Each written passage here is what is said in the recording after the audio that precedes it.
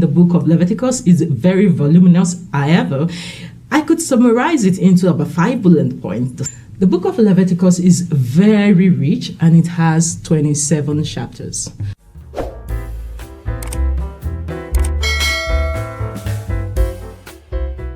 Welcome to another Bible Trivia with Yoyo. In the last Bible Trivia, we talked about the 3rd John and how Apostle John was one of the beloved disciples of Jesus. And I left a question, what is the most common verse in the book of 3rd John? And remember, look at it, 3rd John verse 2. If you know, you know. And so welcome to another Wednesday Bible Trivia with Yoyo. And today we're looking at the book of Leviticus. The book of Leviticus is very rich and it has 27 chapters.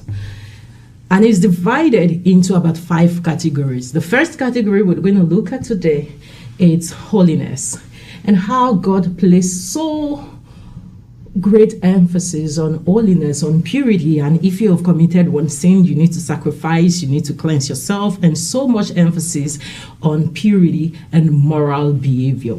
Even as it is in the Old Testament, it's still very relevant and it's still very, very important in our today. The second one is the importance of sacrifice and atonement. You cannot erase the fact that people will offend you. And as Jesus rightly put it, that offenses would always come. But there is always a place for forgiveness. Atonement always covers it. Atonement is also another thing for restoration. And so when somebody forgives and restores, and also a place for reconciliation. In the book of Leviticus, another important thing that God also emphasized is community and justice.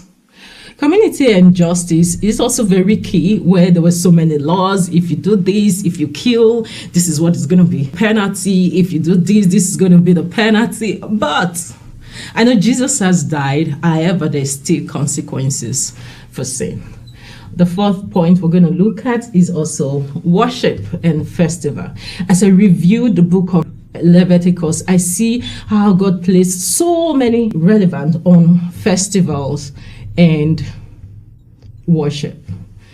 It is good to have feasts. There were so many feasts in the book of Leviticus. There's Feast of the Tabernacle, there's Feast of Passover, there's feast. But also there's a place for worship. And one thing that struck me is that the quality of your worship is also like, it symbolizes your faithfulness to God. And so the place of worship can never be taken away. Whether it's in the Old Testament or in the New Testament, worshiping God is a sign of your faithfulness to God. And the last thing I could pick at from the book of Leviticus is priesthood. Priesthood and leadership. Priesthood and leadership. And so, leadership and priesthood has the same weight. And it comes with so many high responsibility of integrity. You cannot be a good leader without having integrity, and you cannot be a priest without having a high level of integrity. Your position, whether in the church or at the place of work, will not take away the request for purity, for integrity. And so I know there are so many stories in the book of Leviticus, but for today we're looking at highlighting holiness, sacrifice and atonement. We're also highlighting community and justice, worship and festivals, priesthood and leadership. So look around you, find somebody and do a community service this week. Have you left your place of worship? Go back and rekindle the foil for your worship. And what about priesthood? Are you a leader? You can be a leader at home or at work or wherever. Remember, it calls for a high level of integrity.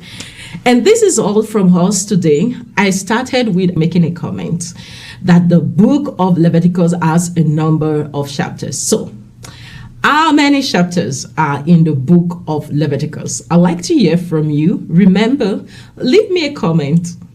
hit your like, and remember to share.